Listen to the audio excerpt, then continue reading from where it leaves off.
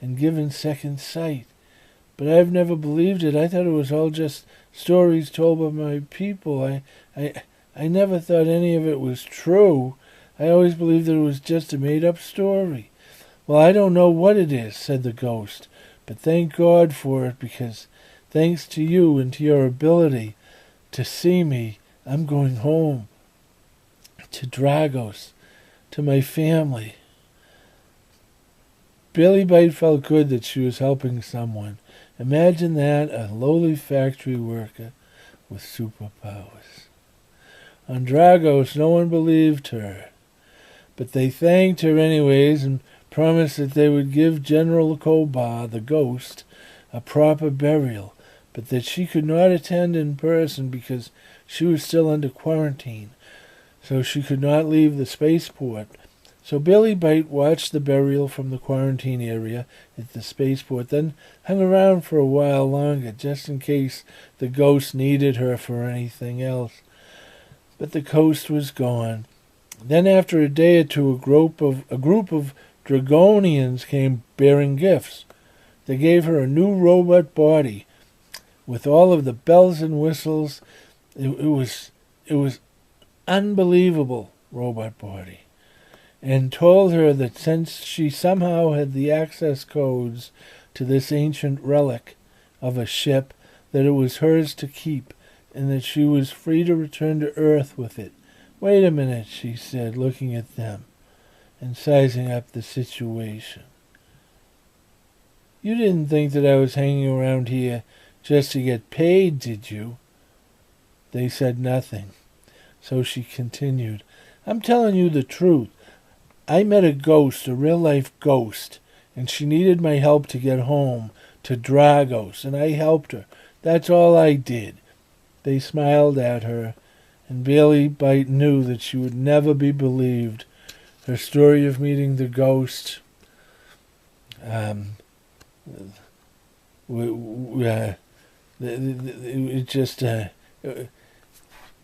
wasn't happening. They weren't believing it. Then the last Dragonian to leave the room turned to her and said, We have studied the ship's logs and have determined that you, someone from a primitive society, knew access codes and procedures, even how to speak our ancient tongue that few of us today can speak. And quite clearly you maintained an interaction with someone on board that ship. There was another essence on that ship, giving you this information that was required to operate it, even though no one else can be identified from the logs. No other life form registered on our scans or can be detected by the state-of-the-art equipment we have brought on board.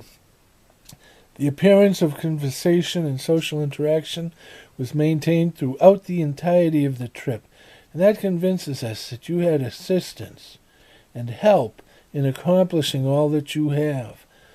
We are at a loss to explain how you accomplished all of this, so we have determined that this life form that assisted you, that you were communicating with, and that you are seen interacting with, must be far more advanced than we are, and is simply acting through you, an individual from a primitive society. And the fact that it does not wish to make itself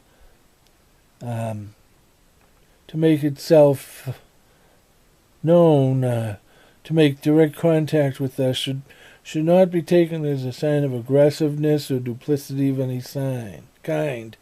So we are letting you go with our thanks and our gratitude for returning one of our ancient and fabled generals to us. Then they stood up and started to leave. That's it? Yes, that's it. Well, thank you, she said, and then left their planet and headed for home. And when Billy Byte returned home with a ship full of technology that was going to revolutionize the world, she landed the ship in front of the United Nations. Humanity was puzzled. Then the door of the ship opened up and she stepped outside. She was immediately surrounded by soldiers and politicians. She looked around. "Greetings from Dragos," she said.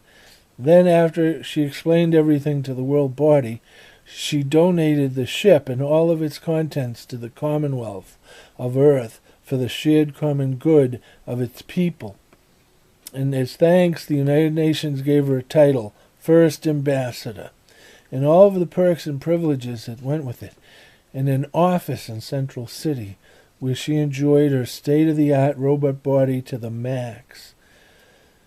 She knew that she was being observed from near and far and studied by everybody, but she ignored it. She just didn't care. And she was fine with it, the girl who saw ghosts. They all thought she was crazy anyways. But she didn't care because she no longer worked in a factory, and she had a state-of-the-art robot body that gave her wings.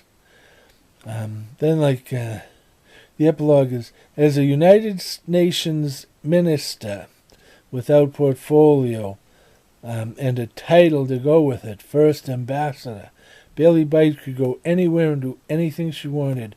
And at first, as a United Nations official and a declared planetary treasure, the crowd swarmed around her. The paparazzi were everywhere, and she was oogled wherever she went. So that was fun for a long minute.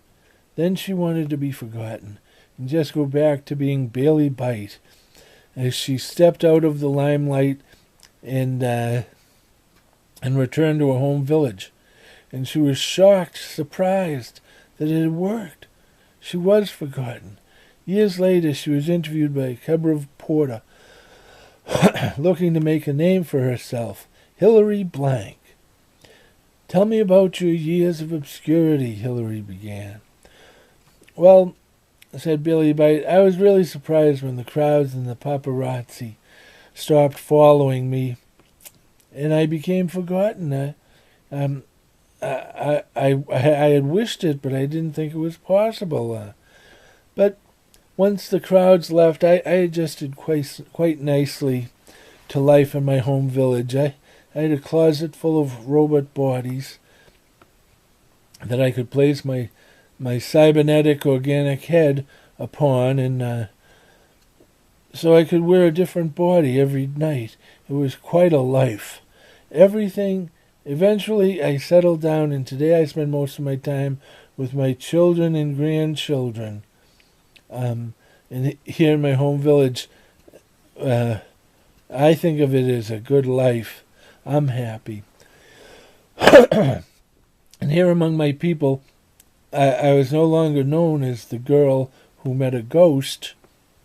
I was simply Grandma, and I became Billy Byte again, which was fine by me. Still, it was a curious thing why no one would believe that I had seen a ghost. I remember thinking, why won't anyone believe me? But they just wouldn't. The world was glued to my every word for a while till I got to the part about meeting a ghost, and then they stopped listening and instead began speculating about what had really happened. So many stories till it just didn't matter anymore. Maybe it's something in her circuitry. Who knows? They'd ponder. Till people finally lost interest and moved on to the next new thing. The effect was that I fell off the front page and became yesterday's news, which was fine by me. I don't know why it's so hard to believe in ghosts, but it was. And I did not miss it. When the paparazzi stopped following me, when I stopped being recognized in the street, it was just a return to normal. So I spent my summers skiing in Tibet and my winters sunning on the beaches of Bali. It was a pretty good life.